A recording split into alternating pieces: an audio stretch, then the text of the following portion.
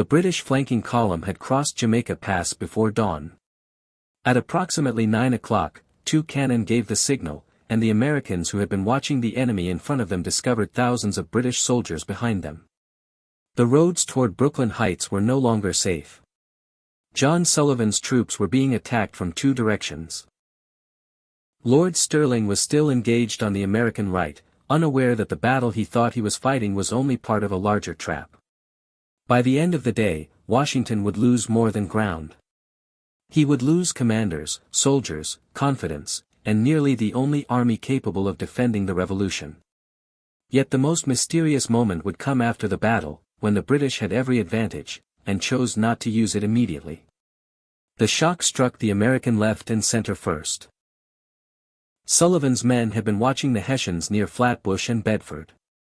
When firing erupted in the rear, many soldiers could not see what had happened.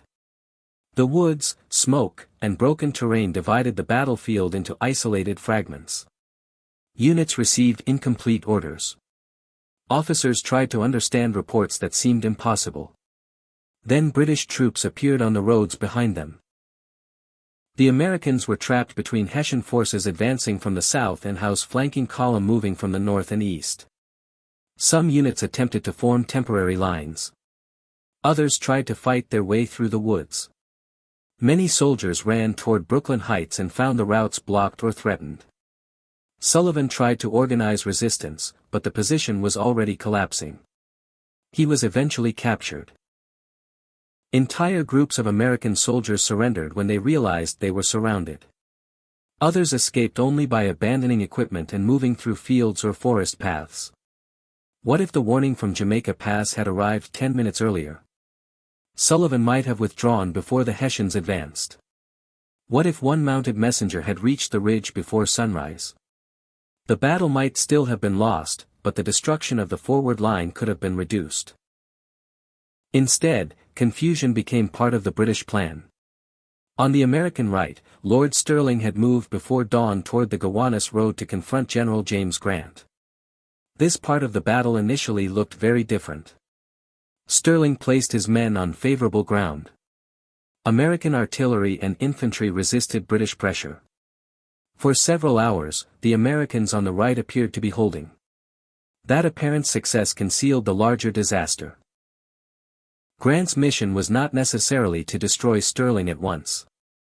His advance helped keep the American right occupied while the main British column moved behind the rest of the line. Stirling did not know that the decisive maneuver had already occurred miles away.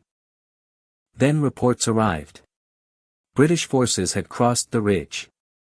The American left had broken. The roads toward Brooklyn Heights were closing.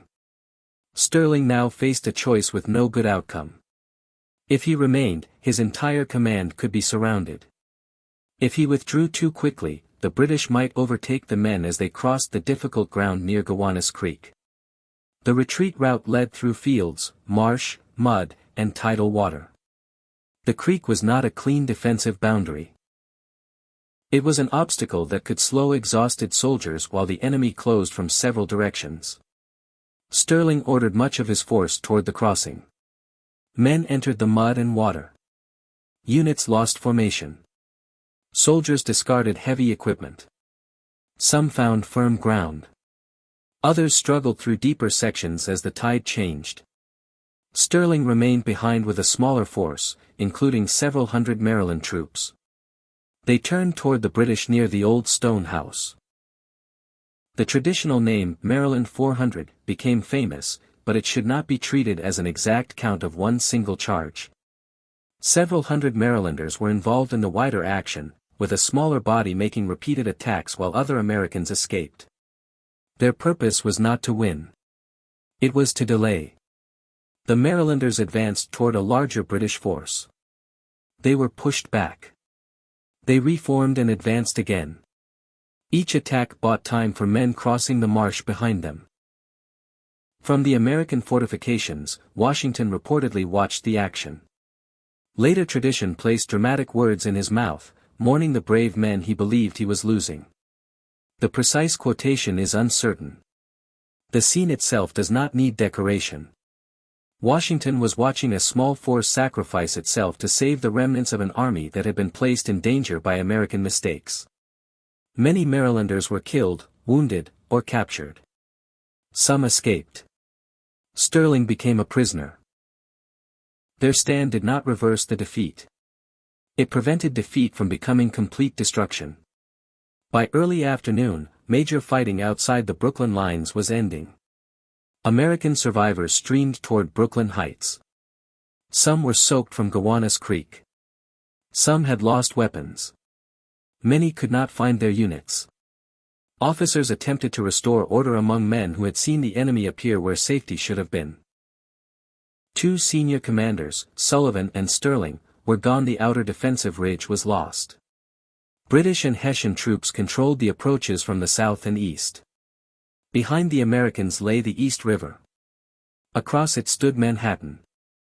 Washington now held a fortified pocket with thousands of exhausted troops and no secure land route out.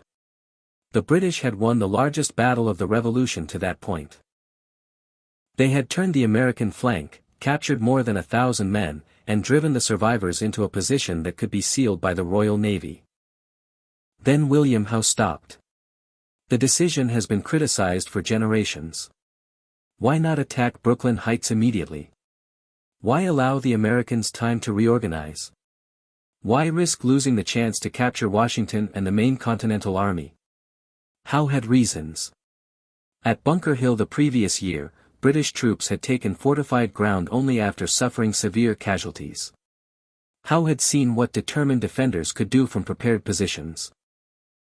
Brooklyn Heights contained earthworks, artillery, and soldiers fighting with the river behind them. Even a successful assault could be costly. Howe believed he did not need to gamble.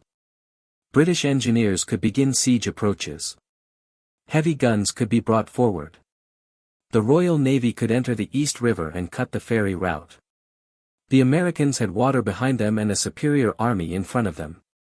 From the British perspective, time favored Britain. What if Howe had ordered an immediate assault? Perhaps the British would have captured Washington before sunset. Perhaps the Americans would have inflicted another Bunker Hill. History remembers the pause as a mistake because Washington escaped. Howe made the decision before he knew escape was possible. He did not believe he was releasing the trap. He believed he was tightening it safely. Inside the American lines, the condition of the army worsened. Many soldiers had been awake through the previous night and the battle. Some were injured. Others were missing officers. Equipment was scattered. Rumors spread. Men did not know whether the British would attack immediately or wait until morning. Then heavy rain began. For 2 days and nights, the weather soaked the earthworks. Soldiers had little shelter. Firearms and ammunition suffered. Mud deepened around the defensive positions. Clothing remained wet. Rest became almost impossible. The rain hurt the Americans, but it also affected the British. A strong northeast wind made it difficult for British ships to enter the East River. For the moment, the water route to Manhattan remained open. No one knew how long that would last. On August 28, British engineers moved closer. American troops could hear work beyond the darkness. Siege trenches and positions appeared within dangerous distance. The British did not need to rush. Every hour brought them nearer. Washington had to decide whether holding Brooklyn demonstrated courage or risked destroying the Revolution's only central army. At 4:30 on the morning of August 29, Washington wrote to John Hancock from Long Island. The exact time survives on the letter. He could not yet provide a reliable casualty count. Sullivan and Stirling were still missing. Skirmishing continued. The position remained uncertain. The letter reveals the pressure surrounding him. Washington had to command exhausted troops, monitor British siege work, protect communication with Manhattan, and report to Congress while scarcely sleeping. Later that day, he called a council of war. The generals considered the situation. The forward line had been defeated. Valuable officers and entire parts of units were dead or captured. The troops were discouraged. Rain had damaged weapons and ammunition. The defensive line was too long. British ships might enter the East River and sever communication. If that happened, the army could be forced to surrender. The council unanimously agreed to leave Long Island. This was the moment Washington changed the meaning of victory. He would not hold Brooklyn. He would try to remove an entire army across a tidal strait in darkness while the British stood close enough to hear movement inside the lines. The plan required boats, far more than the army had at Brooklyn. Orders traveled toward Kingsbridge and the Harlem River. Every suitable craft was needed. Rowboats, flat-bottomed boats, sloops, ferry boats, and other vessels capable of carrying soldiers, equipment, horses, and artillery. The official explanation was misleading. The boats were supposedly needed for reinforcement or troop relief. Most soldiers were not told that the army was retreating. Secrecy prevented panic, but it created another danger. Units could not prepare openly. Supplies could not be moved too early. Campfires had to remain burning.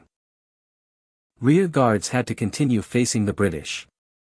At the ferry, Colonel John Glover and his Marblehead Regiment would become essential. Many of Glover's men were sailors and fishermen. They understood tides, overloaded boats, and movement in darkness. Washington had a plan. He did not yet have favorable weather. The evacuation was intended to begin around 8 o'clock on the evening of August 29. But the wind and tide resisted. The boats could not move efficiently enough. Darkness began passing while thousands of soldiers remained inside the trap. British troops were close enough for Americans to hear their tools. The river waited behind them. What if the wind did not change? What if a British patrol discovered the emptying lines? What if sunrise arrived while half the army still stood in Brooklyn? The casualty figures differ among surviving reports and later studies, but the imbalance is unmistakable. More than 1,000 Americans were captured, including senior officers. Hundreds more were killed or wounded. British and Hessian losses were far lower. The Americans could not easily replace experienced commanders or rebuild shattered units while an enemy army remained only a short distance away. Inside Brooklyn Heights, the emotional damage may have been as dangerous as the military loss. Some soldiers had entered the battle believing the wooded ridge protected their route home. Hours later, they returned through mud and water after seeing British troops appear behind them. Men who had marched beside friends now stood in the fortifications without knowing whether those friends were dead, captured, or still hiding somewhere beyond the lines. Washington had to prevent defeat from turning into panic. If soldiers rushed toward the ferry before boats were prepared, the British would not need to storm the earthworks. The Americans could destroy their own escape route. Officers therefore worked to restore formations, count survivors, distribute ammunition, and maintain the appearance of a functioning defense. That discipline mattered. The Continental Army had been beaten, but it had not ceased to obey orders. The rain deepened the sense of imprisonment. Water collected inside the works. Wet clothing remained against the skin. Soldiers attempted to protect powder and weapons. British digging continued beyond the darkness. Each sound of a shovel suggested that the siege ring was moving closer. Washington could see the same river that offered escape and threatened destruction. It connected Brooklyn to Manhattan, but only while the Royal Navy remained outside the channel. One change in wind could transform the river from a route into a wall. What if the British ships entered during the Council of War? The decision to retreat would arrive too late. What if the American officers disagreed and delayed until the following night? The siege might close before the boats were assembled. The Council's unanimous vote was therefore more than agreement. It was recognition that the army had reached the final safe moment for action. In the next part, the retreat will begin in silence. Wagon wheels will be muffled. Campfires will continue burning. Regiments will leave while other soldiers stretch their lines to hide the gaps. John Glover's exhausted boat crews will row back and forth across the East River. A confused order will nearly expose everything. And before the last men can cross, the one enemy Washington cannot command will appear. Dawn.